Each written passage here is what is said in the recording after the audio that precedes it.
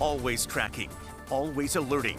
This is Next Weather. Well, time is 6:46, and we certainly did have a wet start to the work week with all those scattered showers and storms that we had across the area yesterday. And I do think more rounds are on the way for us here in South Florida as we navigate into each and every afternoon. Right now, you're taking a live look toward downtown Miami. The sunrise slowly starting to creep above the horizon and a nice dry start to the day. In fact, if you take a live look toward Miami Beach, let me give you a look at those gorgeous colors just hiding behind the clouds right there. Nice and calm out on the water as well. We will be actually monitoring some concerns closer to the coastline a little bit later on this week. We're going to be talking about that in just a moment. Right now, let's take a look at the temperature. 78 out there, 81 is what it feels like. So we're not seeing just an oppressive start to the day in regards to the humidity, but we're not getting a lot of relief in the form of the wind kind of stirring things up. Mostly that flow kind of moving in from the south, eventually from the southeast later today. See about 5 miles per hour down there in the Keys, but the radar is pretty quiet for now. Like I said, that is set to change as we make our way into the afternoon. Let me give you a look at the setup that we have across the entire country and really closer to us here in the southeast. We've got these two areas of low pressure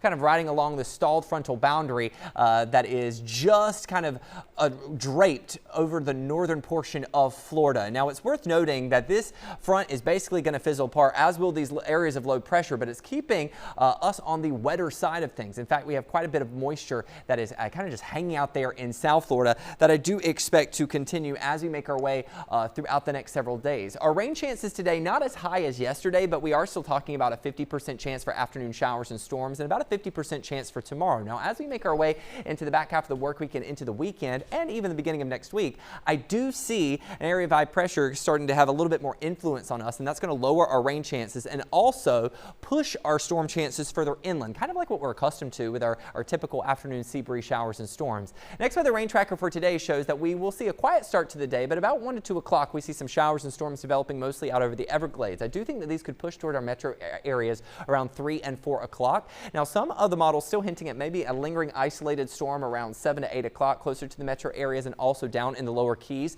But as we make our way into the overnight hours, things should mostly quiet down. Now, the models have been fairly consistent in showing some scattered afternoon showers making their way through portions of the middle to upper Keys and southern Miami-Dade through the first half of tomorrow, and then a lingering storm chance as we make our way into the afternoon.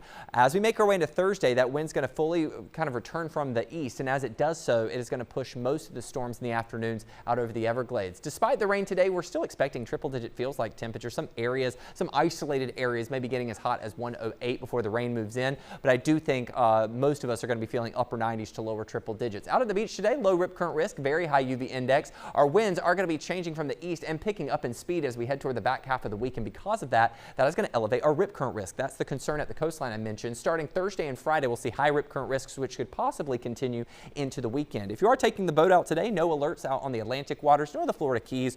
We'll be tracking a light chop for both locations. As we take a look at your 7-day forecast, afternoon highs linger in the lower 90s each and every afternoon. Those rain chances gradually taper off as we close out the weekend and head into the beginning of next week.